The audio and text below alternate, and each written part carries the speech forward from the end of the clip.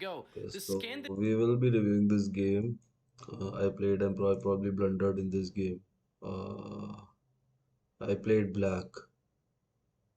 There were multiple inaccuracies and all that here. But we played Scandinavian in this. defense begins after white plays the move e4. If you're looking for something with the queen's pawn, it's time to click away. No, please don't click away, then my engagement rate goes No, down. we are not So doing that e4, because in this game it did open with white to e4, and then we went this, which is Scandinavian because I heard in and black responds with d5. More traditionally, e5 is basically just before this game I did the same thing, but I lost. So he just pushed. What happened? He pushed here, and then uh, it was difficult for me to develop my knight. So I just lost everything because it was threatening.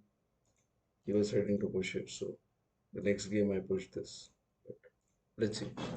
is kind of considered classical. Then there's the French defense, the Sicilian, the Scandinavian defense forces the issue right away. And one of the reasons it's really good for beginners and intermediate players looking to attack with the black pieces is that white is already going to be confused. They're like, wait a minute, I already have to make a decision.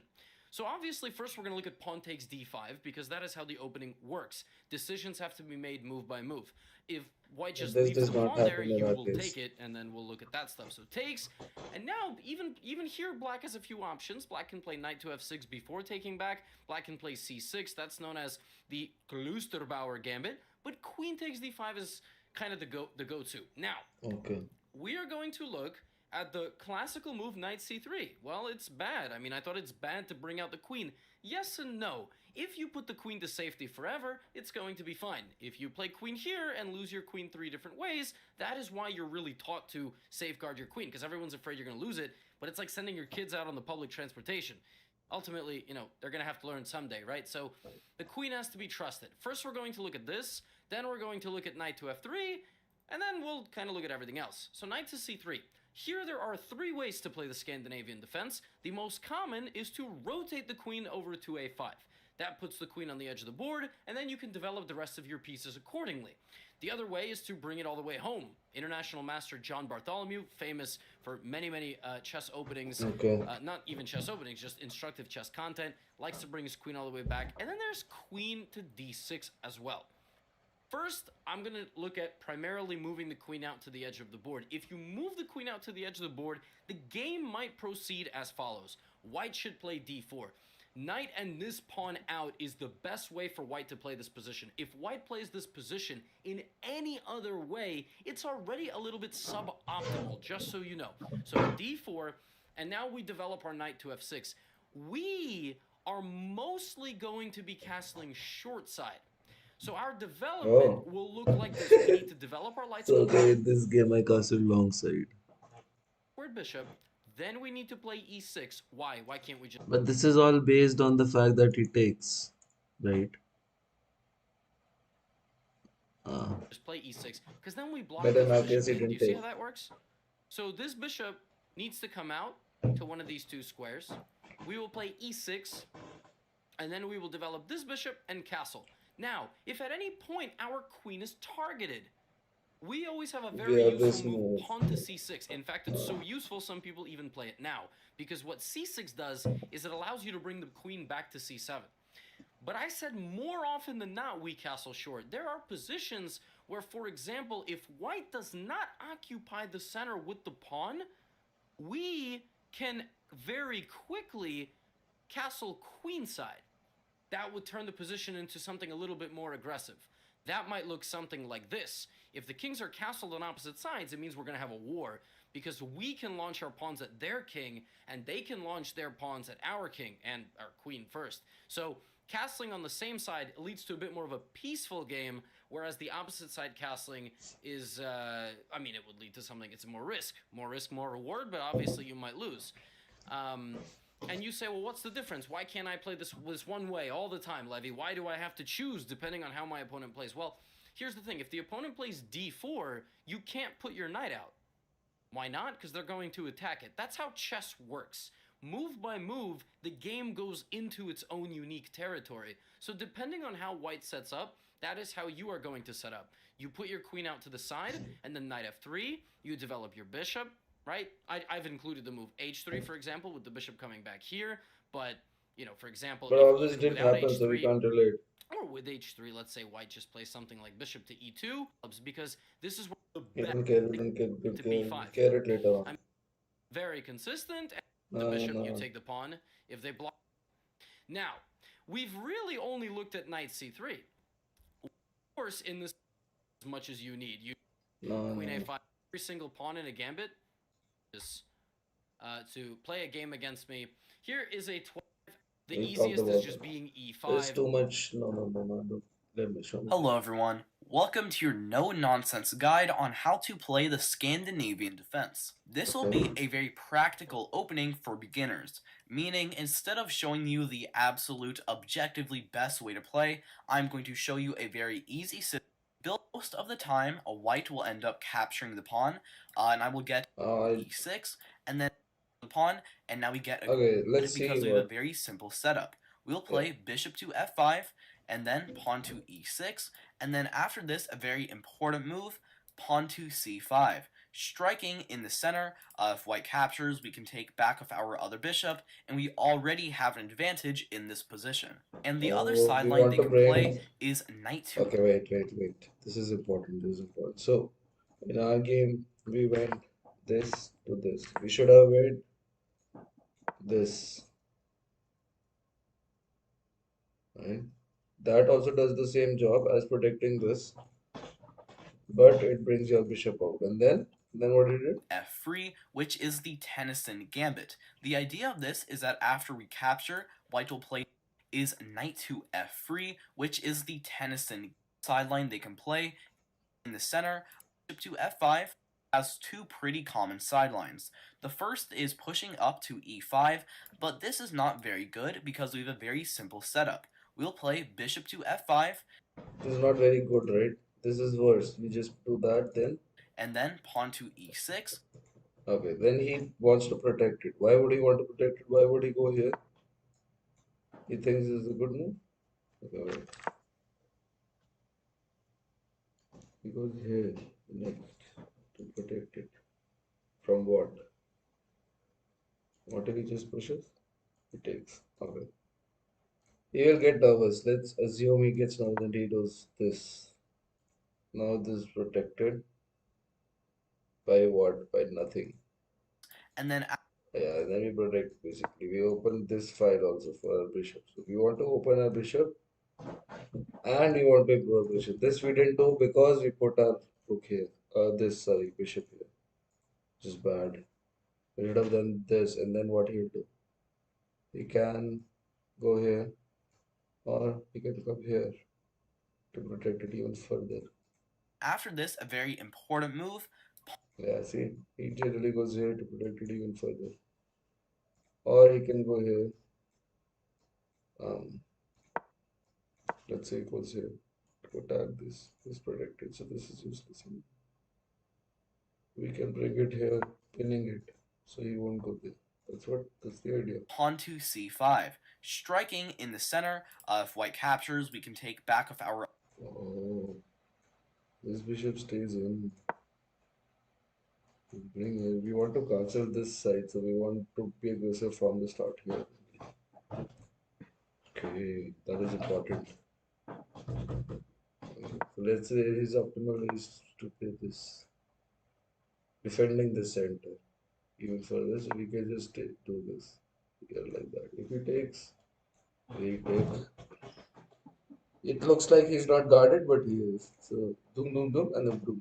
See, this is circle of life. This does this, this does this, this does this. We got it. This guy is very weak right now. He's guarded, this, guarded, this, guarded, this. Okay. Whatever. So we can do this. We can bring it here. Now if he takes, we take. Brings the bishop out. Our other bishop, and we already have an advantage in this position. And the other sideline they can play is knight to f3, which is the Tennyson gambit. Okay, so So he played this, we played this. Then he plays this, which is bad. If he doesn't play that, he can bring this knight here. And then this guy watches this position. And then he can take the center very fast. Let's say he does this. See, it's good for him. The idea of this is that after we capture, white will play knight to g5, and this gets into a ton of tactics, and instead of playing Oh, like you do this, you can. And he take. He's like, I'll capture their pot back group. And I'll get the center. My knight in the center, and you have avoided nothing. That is the idea.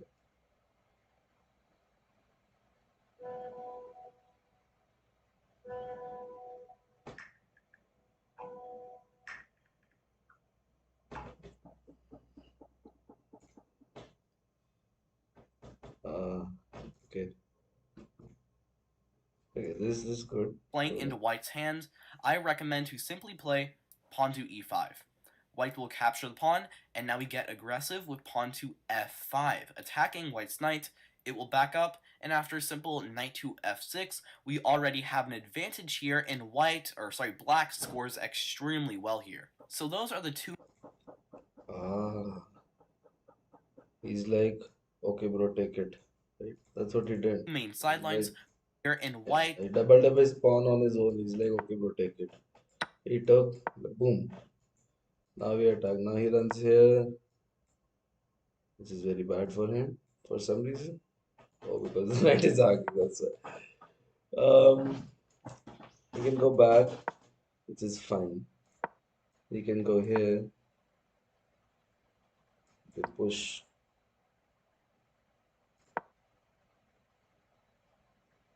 This is bad. Okay. What? black scores extremely well here.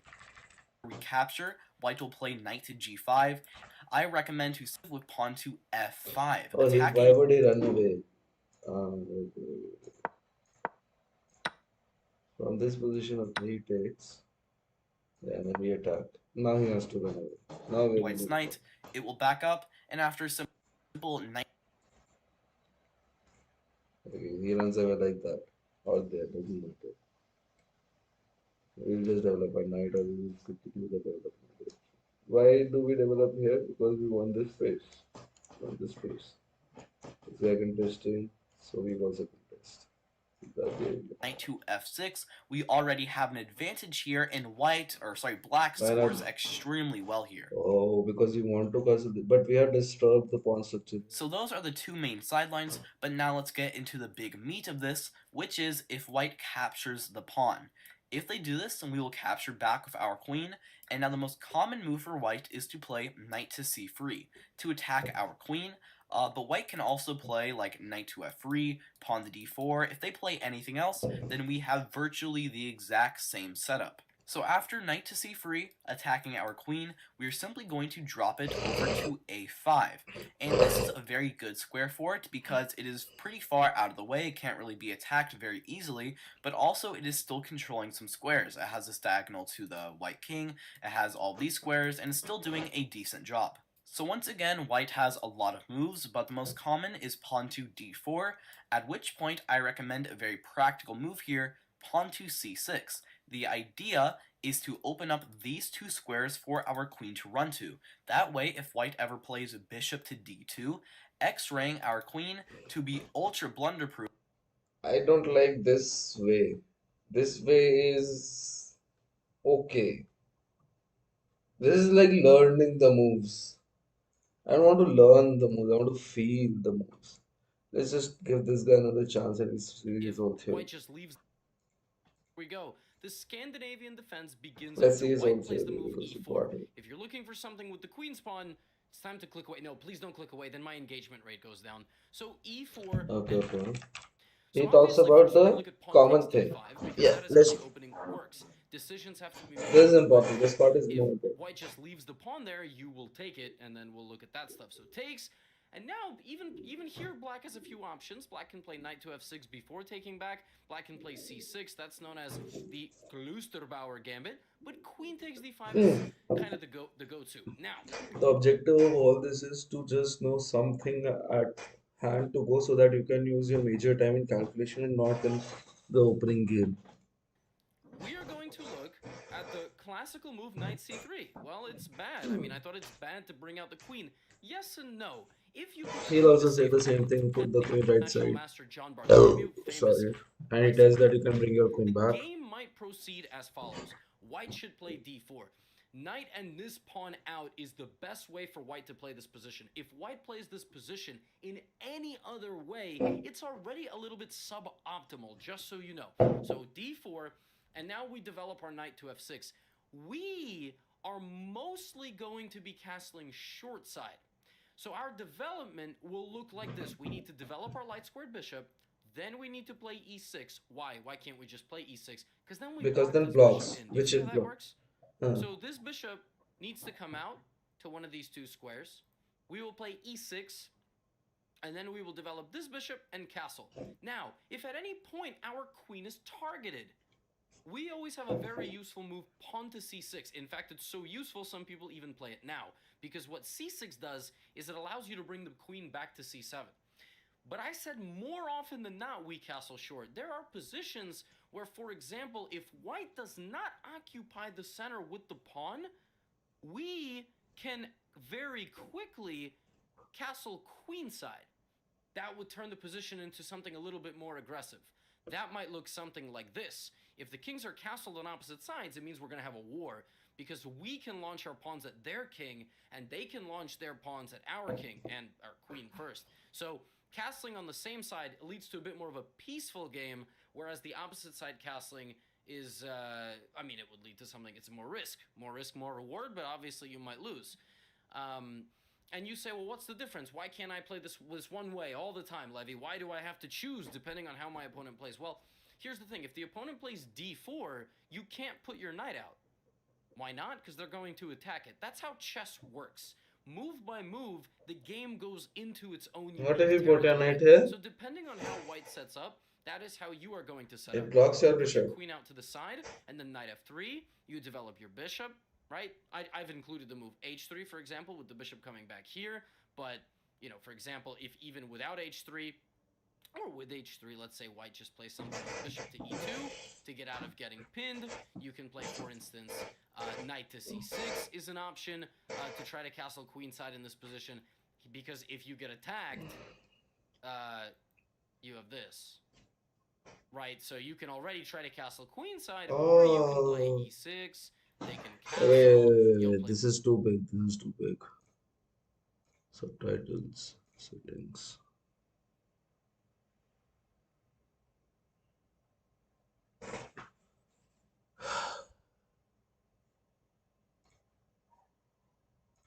Two to get out of getting pinned. You can play, for instance, knight to c6 is an option to try to castle queenside in this position. Because if you get attacked, you have this. Right, so you can already try to castle queenside, or you can play e6. They can castle. Or with h3, let's say white just plays something like bishop to e2 to get out of getting pinned. You You can can play, for castle and instance, break it back. knight to Oh, c6 this is is a an long option one. to try to castle queenside in this position. Because if you get attacked, you have this. Right, Queen so you out can on already queen side try to is a castle good castle for queenside, a or queen. you can play e6. They can castle. You'll play bishop to e7, for example. Maybe they're going to try to come after your queen. We already know what to do if that happens. We play c6. And then if, let's say, white plays rook e1, this is the kind of a structure that you get with the Scandinavian. When you've castled on the same side in the Scandinavian defense, your game is going to be a lot slower. You're going to be looking for a pawn break in the center. You're going to be looking to put your rook on d8. This rook will go to c8 when the See, knight it develops, claims with the because video. this is where the board is going to open up. If the d and the c pawn disappear, you want your The rooks on subtitle these put us open straight to. lines. So the f rook to d8, this rook to c8. This doesn't have to trade. That's the other thing. If h3, maybe you take, but to be honest, you could bring it back. You're completely fine. So that is really in a nutshell in about, I don't know, 5.5. What's the time of the video? 5 minutes and 42 seconds. That literally is the theory of the Queen A5 Scandinavian. Grandmasters like to put their bishop on F5, not on G4. Why? Because it's a It's waste. considered here to be best for white to play not bishop e2, which I showed you, but to play g4. This is considered the best according to opening theory. The likelihood of you facing this, probably, well, maybe g4 you'll face, but the likelihood of you facing then knight to e5, which is one of the best moves, and then h4, which is the other, best move. At this point, you're either 2200 or you're playing a cheater. So yeah, I mean, that's really the truth. If you're watching this and you're a title player, this is why at the highest level, this kind of strategy of knight f3, bishop e2 is not played. Normally, white is playing g4, knight e5. And so if you put your bishop on f5, you'll notice that the position that we get actually looks strikingly similar, except the bishop is on f5 and not pinning the knight. But I recommend for most of you to put the bishop on g4. I think it's a bit more forcing. And the truth is the likelihood of you facing that computer line, which is considered good for white at the highest of levels, is pretty unlikely. But again, you can mess around with both. Okay, that's that. We've mainly looked at queen a5. To be honest, we can also look at queen d6. The right way to play this setup, just sliding back one square, is like this. It's very important you play a6 so that they cannot play knight to b5. Now your setup is bishop out and knight It's out the same and one. castle long. When you Okay. g3 to play bishop g2 and I can't play anymore. It's too much of theory for me. We're done with it. I don't know. I just um it's 12. Shit.